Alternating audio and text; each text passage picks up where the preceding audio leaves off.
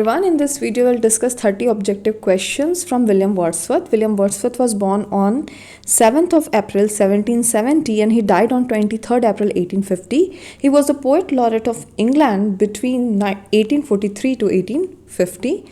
So let's start the question. Question number 1 is, why is the year 1798 taken to be the year of the beginning of romantic movement? क्यों 1798 year को beginning माना जाता है romantic movement का? Romantic age was between 1798 till 1837 till Queen Victoria ascended to the throne. तो इस period को जो है रोमांटिक मूवमेंट का बिगनिंग क्यों माना जाता है? Options are because it was the year of Wordsworth birth, because it was the year in which James Thomson's season was published, because it was the year in which Wordsworth lyrical ballad were published, because it was the year in which French Revolution started. So it is the year in which Wordsworth lyrical ballad were published, and lyrical ballad is also known as the manifesto of the romantic movement. Lyrical ballad was published in 1798. French Revolution started in 1789. You just need to reverse the year. Now let's come to question number 2. Wordsworth was popularly known as the poet of what? Lancashire region, Wessex region, Lake District, Waverley region. So answer is Lake District. Next question is, after whom Wordsworth became poet laureate of England? He became poet laureate of England after Robert Southey. Robert Southey was poet laureate of England between 1813 to 1843. After that, William Wordsworth became the poet laureate of England between 1843 till his death in 50. After that, Tennyson became the poet laureate of England from 1850 till his death in 92. Now let's come to next question. Next question is, who accused Wordsworth of being a lost leader? Wordsworth को lost leader बोल करके किसने accused किया? तो answer is Robert browning.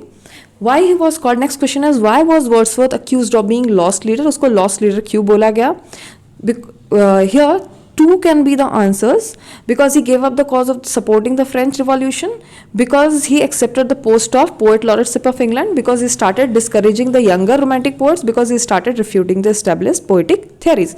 Exact answer is B, because he accepted the post of poet laureateship of England. So England during the French Revolution supported the monarchy of France. French revolution के duration में England ने France की monarchy को, king को support किया.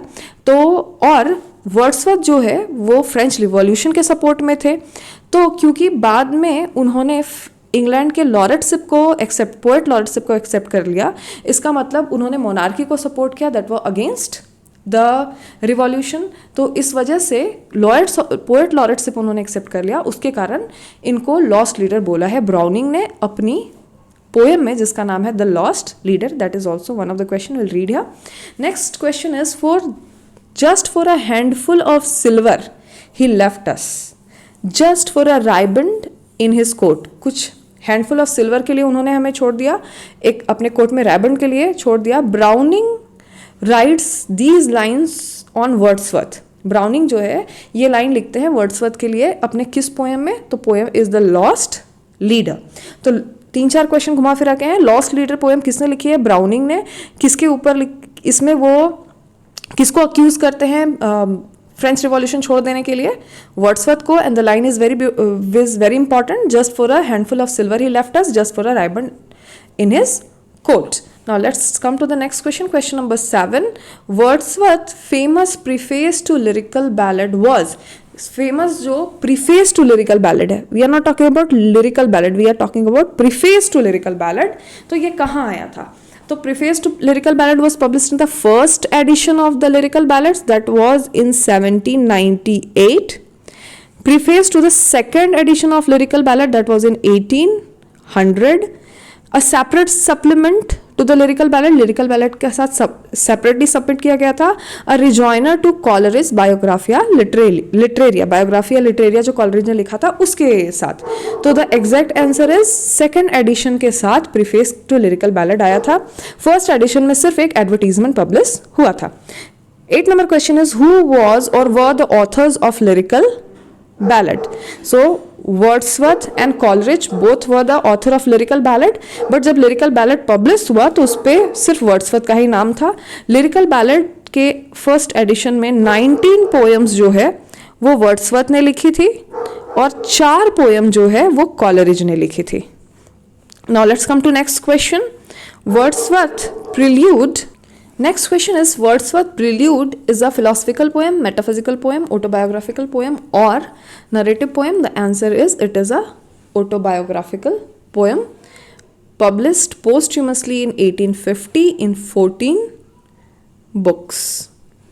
We are laid asleep. Next question is we are laid asleep in body and become a living soul. हम लोग अपने बॉडी में we are laid asleep and we become a living soul. ये line जो है Wordsworth के किस poem में आती है? This is very famous line and this comes in his poem Tintern Abbey. Now let's come to the next question. But Europe उस समय was thrilled with joy. France standing on the top of golden hours. France जो है golden आज में था. And human nature seemed born undue. और human nature लग रहा था कि अन्यू वापस से नया पैदा हो गया है. तो ये वर्ड्सवर्थ जो है किस समय के बारे में बात कर रहे हैं? तो he is talking about the period of French revolution. Now let's come to next question.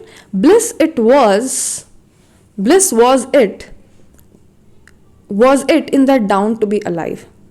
उस सुबह सूर्योदय में जागना जो था वो ब्लिस था. But to be young was very heaven. But when you are young and witnessing that event so that was very heaven. तो ये लाइन जो है ये कहाँ आती है? तो ये line what period of history do these line refer to? So these line refer to the period of French revolution. Next ये लाइन जो है कहाँ लिखी है? तो द प्रिल्यूड के बुक नंबर 11 में. ये लाइन कहाँ आती है? उनके वर्क प्रिल्यूड के बुक नंबर 11 में. Now let's come to next question. Trailing clouds of glory do we come from God? Trail करते हुए क्या? क्लाउड ऑफ ग्लोरी हम लोग गॉड से आते हैं. Who is our home? God जो हमारा होम है. From which poem these lines are quoted? इस लाइन को किस पोएम से कॉट किया गया है? तो this is from the Immortality Ode. Now let's come to next question. Next question is Wordsworth wrote a sonnet on. Wordsworth ने एक sonnet इसमें से किस कैरेक्टर के ऊपर लिखा है? तो he has written a sonnet on Milton. Milton sonnet is also known is a Petrarchan sonnet and the another title for this sonnet is London 1802. Now let's come to next question. For nature then to me was all in all. उस समय nature जो है मेरे लिए सब कुछ था. ये लाइन किस में आती है? तो ये लाइन आती है टिंटन एबी में. Now let's come to next question. They flash upon the inward eye. ये जो है फ्लैश करते हैं हमारे इनवर्ड आई पे. Which is the bliss of solitude. तो यहाँ पे दे क्या है? दे है डैफोडिल्स. ये पोएम डैफोडिल्स से ली गई है जो कि विलियम वर्ड्सवर्थ ने लिखी है. Now let's come to next question. Nature never did betray the heart that loved her. Nature उस हार्ट को कभी बिट्रे नहीं करता है जो उस नेचर से प्यार करती है. ये लाइन टिंटन एबे से ली गई है. Now let's come to next question. Child is the father of the man. Child ये बहुत फेमस लाइन है. Child is the father of the man and I could wish my days to be. मैं wish करता हूँ कि मेरे day कैसे हो? Bound each to each by natural piety. Natural piety से भरे हुए हो. तो ये फर्स्ट टाइम ये लाइन जो है ये आई थी माई हार्ट लिप्स अप में. ये my heart leaps up is a poem. All these poems are written by William Wordsworth. पहली बार उन्होंने माई हार्ट लिप्स अप में ये child is the father of man use किया था और उसके बाद ये लाइन जो है आती है इमॉर्टेलिटी ओड में. तो फर्स्ट टाइम ये लाइन आती है माई हार्ट लीप्स अप में और दूसरी बार इमॉर्टेलिटी ओड में. So in case you don't have this option my heart leaps up तो ऑप्शन क्या होगा? Immortality ode. Now let's come to next question. To me मेरे लिए the meanest flower that grows can give, meanest flower एक छोटा से छोटा flower भी है जो पैदा होता है, वो दे सकता है thoughts that do often lie too deep for tears, जो वैसे थॉट्स जो बहुत हमारे डीप में होते हैं, that can give us the tears and understanding. तो ये लाइन जो है ये किस पोएम से है, ये इमॉर्टलिटी ओड से है। Now let's come to next question, question number 20। O joy that in our embers is something that doth live, that nature yet remembers what was so fugitive। तो ये लाइन कहाँ से है? This line is also from Immortality Ode. Now let's come to question number 21। The stern daughter of the voice of God, stern daughter of the voice of God। तो यहाँ पे stern daughter कौन है? तो stern daughter is Duty। this poem, this line comes from William Wordsworth ode to duty। ode to duty William Wordsworth ने लिखी है और उसमें है stern daughter of the voice of God। तो यहाँ पे stern daughter कौन है? ड्यूटी। और किस पोएम से है? ode to duty से। Now let's come to next 22nd number question। Dash in his hand the thing become a trumpet। इनके हाथ में थिंग जो है ट्रम्पेट बन गई। वेंस ही ब्लू, जब उन्होंने ब्लू किया, सोल एनिमेटेड स्ट्रेन, जो सोल को भी एनिमेट कर दे ऐसे स्ट्रेन। तो ये लाइन में किसके हाथ है? तो ये लाइन में हाथ है मिल्टन के। Is from the line from the sonnet called Milton और London 1802। The next question is the sweetest thing that ever grew beside a human door. Sweetest thing जो कभी भी ह्यूमन डोर के साइड में पैदा हुई। From which poem this line has been quoted? So this line has been quoted from Lucy Gray poem. You remember there are 5 Lucy poems, 5 Lucy poems. Though Lucy Gray poem has the name Lucy, but Lucy poem is not one of the Lucy Gray poem is not one of the Lucy poems। तो ये Lucy Gray poem जो है वो Lucy poems का part नहीं है। Now let's come to another question। The cottage which was named the evening star is gone। वो cottage जिसका नाम था इवनिंग स्टार अब वो जा चुका है। तो इसमें कॉटेज कौन सा है? उनके पोएम से है, ऑफ माइकल के पोएम से है। माइकल जो है अब जा चुका है। Now let's come to another question, question number 25। This is very beautiful line. Our birth is but sleep and forgetting. हमारा बर्थ जो है वो बस एक सपना है और फॉरगेटिंग है। हमारा सोल जो है that soul, the soul that rises with us, our life star, soul जो है हमारा लाइफ का स्टार है। Had hath elsewhere its setting and comes from afar. इसकी सेटिंग कहीं और है। हमारा सोल जो है हमारे बॉडी के साथ मरता नहीं है, इट कम्स फ्रॉम अफार। तो ये लाइन किससे है? ये लाइन है इमॉर्टलिटी ओड से। Specially you need to remember the first line, our birth is but a sleep and forgetting. So this line, famous line is from the Immortality Ode. Now let's come to question number 26। Question number 26 is dust as we are, the immortal spirit grows, like harmony in music there is dark inscrutable workman that reconciles discordant element। तो ये line जो है किस पोएम से है? ये line है पोएम से जिसका नाम है Prelude, the Prelude।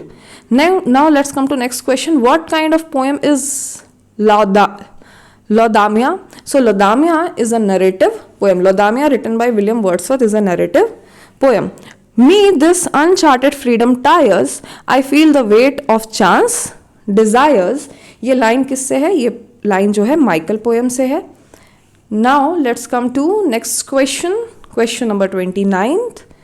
Come blessed barrier between day and night. तो डे और नाइट के बीच में बैरियर क्या होता है? स्लीप। तो come blessed barrier between day and night, dear mother of fresh thoughts. तो स्लीप को क्या बोला गया है? Dear mother of fresh thoughts and joyous health. किस पोएम से है? टू स्लीप पोएम से है ये line. Again this poem is by William Wordsworth. The soul was like a star and dwelt apart. तो ये लाइन जो है किस पोएम से है? ये पोएम से है जिसका नाम है मिल्टन। इस लाइन में वर्ड्सवर्थ किसको रेफर कर रहे हैं? मिल्टन को। ये किस सोनेट से है? किस पेट्रार्कन सोनेट से? मिल्टन या London 1902। Thank you, keep revising.